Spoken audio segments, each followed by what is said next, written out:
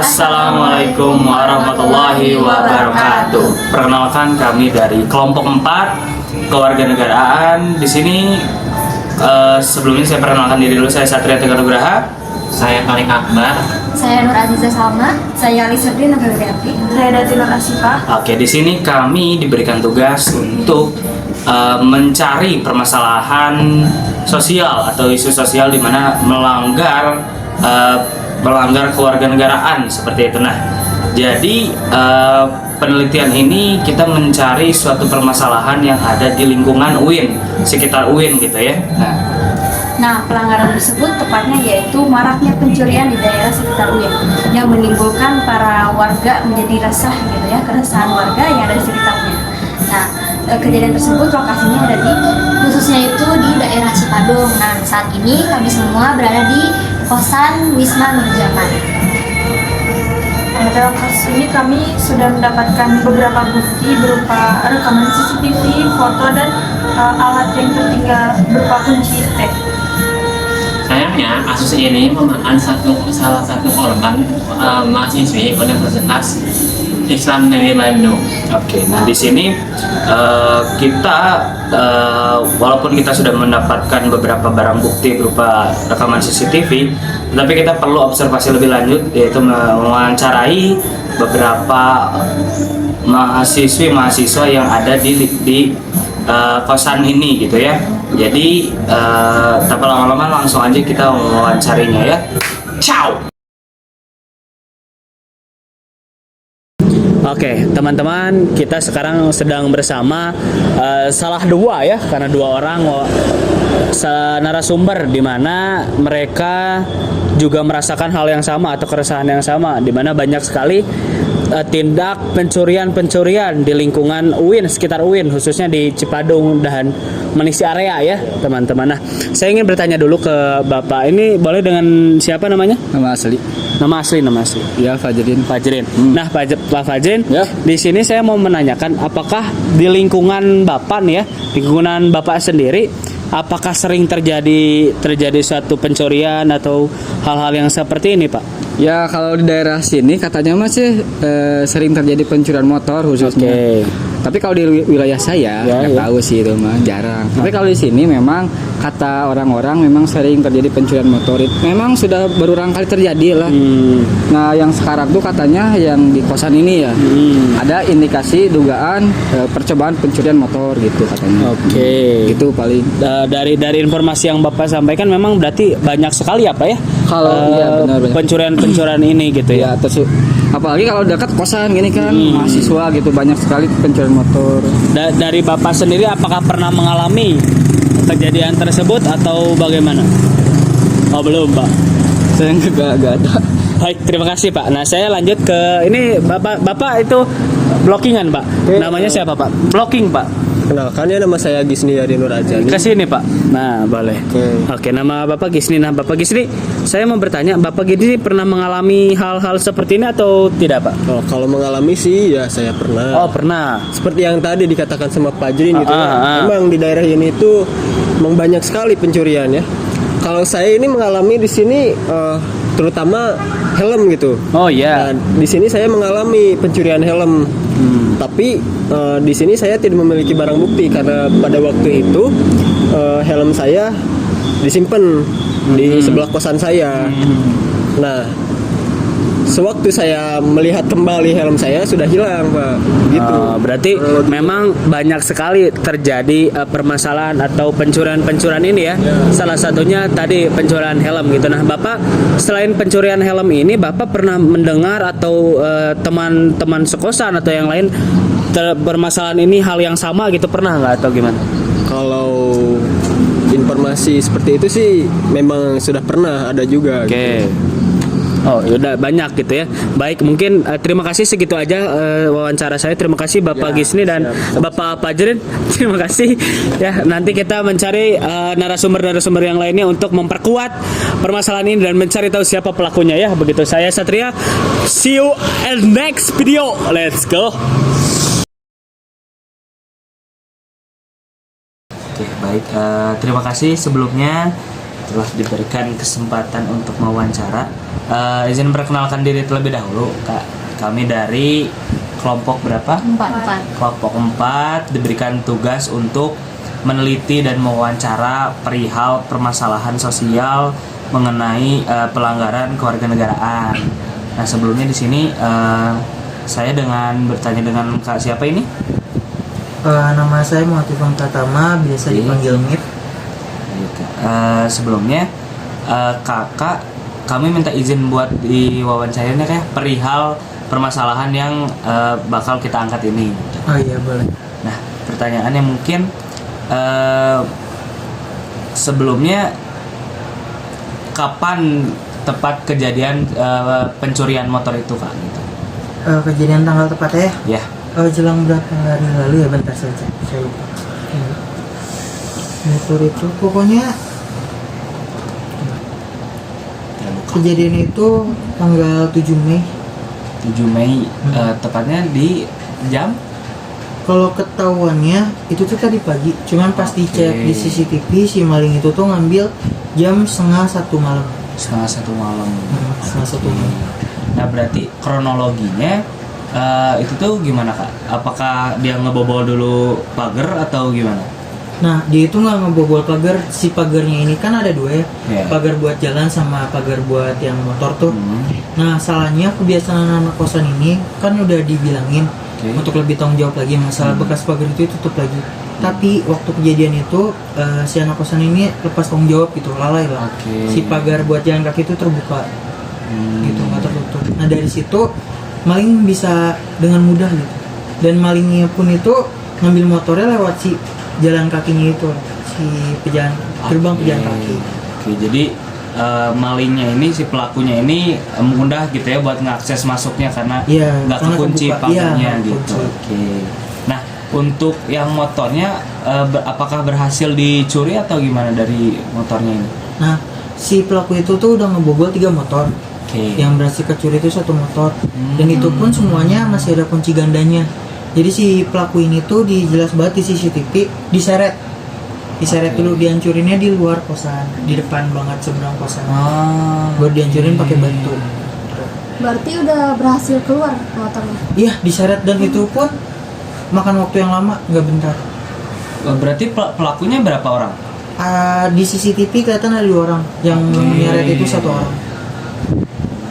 Oke, berarti dari kejadian ini apakah udah ada tindak lanjut kasus dilaporin atau gimana ke pihak kepolisian? Untuk tindak lanjut kasus ini tuh udah dilaporin ke pihak kepolisian. Tapi kan ya namanya ya kita mah udah tahu ya, mahasiswa ke polisi itu lapor polisi kayak percuma gitu, kita tahu sendiri.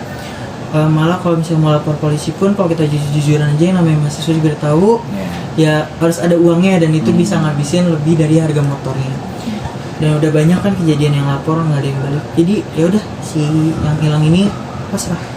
Udah ngasih buktiin itu, muka CCTV pun udah jelas muka pelakunya, tapi nggak ada. Agak susah mungkin Susah. karena memang kita sama-sama tahu lah ya. Ya, Kayak gitu. Berarti pelaporan udah tindak lanjut terhadap pelaporan ke pihak yang berwajib mungkin ya. Iya. Nah, tapi dari segi keamanan dari kosannya, apakah ada yang diubah atau ditingkatkan lagi gitu? oh itu ada pasti. Sekarang tuh kosan jadi ketat banget. Kayak misalnya kunci gerbangnya itu tuh harus tertutup terus, sama kunci gerbang buat motor itu wajib kekunci terus. Terus si gerbang pejalan kaki tadinya kan nggak ada apa sih, sengkatan, jadi nggak ada palang kan. Nah itu buat mencegah biar nggak kejadian kembali. Dan benar-benar yang boleh masuk ke area kosan yaitu motor khusus anak penghuni. Dan kalau emang teman-temannya anak kosan mau naruh motor biar lebih aman, alangkah baiknya di kampus, karena di sini tuh posisinya lagi banyak banget maling gitu. Jadi kasus yang kayak gini nggak cuman di sini doang, berarti ada kejadian sebelumnya gitu ya? Untuk kasus kehilangan motor itu sering banget. Tapi bukan di sini. Karena kalau di sini tuh jarang, hitung jari. Tapi kalau namanya kehilangan motor di Bandung atau daerah kampus, itu biasanya seringnya di Manisi sama Cipadung. Itu hampir tiap hari ada. Karena emang marak banget ya pencurian motor kayak gini, apalagi banget anak-anak kosan ngejar-ngejar yang emang agak lalai dan lain-lain gitu. Mungkin ada lagi dari teman-teman yang mau ditanyain? Dari aku sih cukup. Gimana?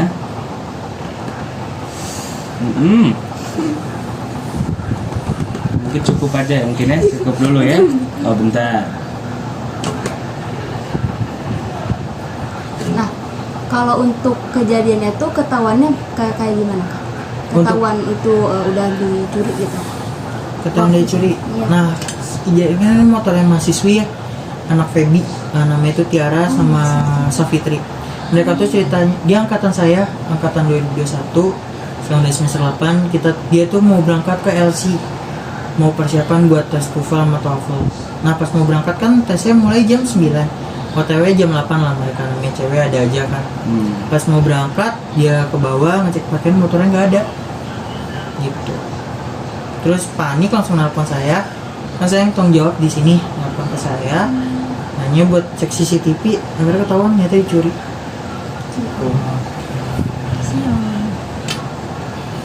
Jadi bukan hanya pembobolan tapi pencurian juga udah berhasil. Iya, pencuriannya udah berhasil satu motor. Ya kejadian yang kayak yang parah banget kayak sekarang berarti mungkin baru sekarang gitu ya, dari sebelumnya nggak ada gitu ya. Sebelumnya ada, tapi ada kebanyakan itu tuh di luar. Di luar dari kosan ini. Ya di gerbang, di luar gerbang, Oke. bukan di dalam. Gitu. Foto. Halo? Kalau untuk foto kan ada apa sih bukti kalau kuncinya tuh sampai bolong gitu. Itu tuh yang dicurinya apa yang nggak jadi dicuri motor itu? Nah itu ada yang nggak jadi dicuri juga, dia masih ada, kan namanya orangnya jadi rusak ya. Nah sama kena rugi juga, kenapa? Karena nggak benerin kunci. Untuk yang kena bobol itu bayar 250.000 sekali ngebenerin ke bengkel. Jadi bukan hanya satu motor tapi Banyak. Ada 3 motor yang dari Yang bobol, tapi yang kecuri satu. Satu gitu. Ada lagi dari teman-teman? Ya, setelah kakak lihat cek CCTV itu, ini enggak kayak ada ciri-ciri fisik si pelakunya nggak? Nah di CCTV itu muka pelaku tuh jelas banget, dari fisiknya, baju yang dia pakai, mukanya semua jelas. Itu tuh pakai masker? Enggak, Wow, keren. berani banget. ya Berani pakai banget. masker. Cowok ya? Cowok. Cowok dulunya. Kira-kira emang orang sini gitu pernah lihat apa kayak gimana?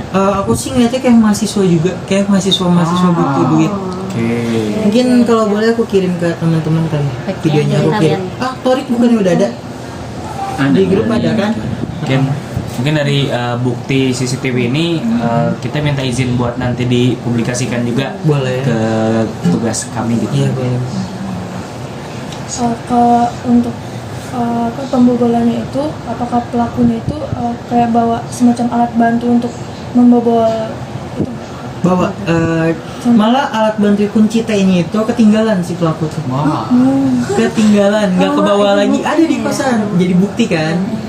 Ya tapi ya gitu, ke polisi ya percuma. Sampai sekarang ya. Ya padahal buktinya udah cukup banget lengkap gitu ya.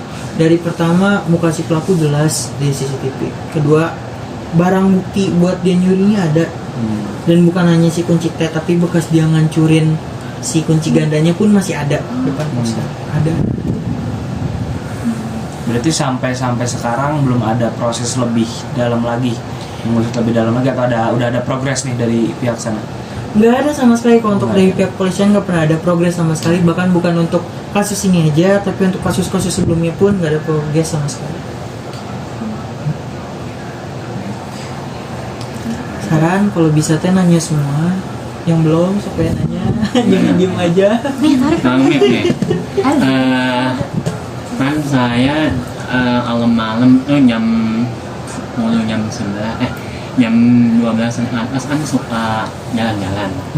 Jam 12-an malam ke atas. Nah itu suka ada penghuni kos yang di luar yang lagi nyantai. Nah pas kejadian maling ini, apakah ada saksi matakah ada yang ada yang ngeliat si maling ini agak mencurigakan gitu? Nah untuk pas kejadian ini, pas tanggal 7 Mei itu kebetulan kosan lagi sepi-sepinya gitu, lagi banyaknya pada keluar, nggak pada di kosan. Kan biasanya kosan suka rame ya, masih pada bangun. Ini enggak. Jadi nggak ada saksi sama sekali lah, Nggak ada, saksi mata nggak ada saksi yang mata. jelasnya gitu. Enggak. Keren banget. Nah, mohon memantau terlebih dahulu sebenarnya. sangat berani. Ada lagi? Ayo. Udah sih. Sebenarnya kalau saya cukup ya, kalau kalian coba gimana? Cukup sih. Cukup, mungkin itu aja ya. Pak, terima kasih udah mau diwawancara. Ya. Semoga dari kesaksian atau dari jawaban-jawaban yang diberikan, semoga nggak akan ada terulang kembali lah kejadian-kejadian ini. Jadi pembelajaran kita untuk lebih was-was lagi, lebih waspada lagi gitu ya. Karena kalau masalah-masalah kayak gini kan kita nggak bisa buat gimana-gimana ya. Betul. Lebih ke kitanya untuk gimana lebih menyikapi, hati-hati dan lain-lain gitu mungkin ya. Terima kasih sebelumnya, maaf mengganggu waktunya. Terima kasih.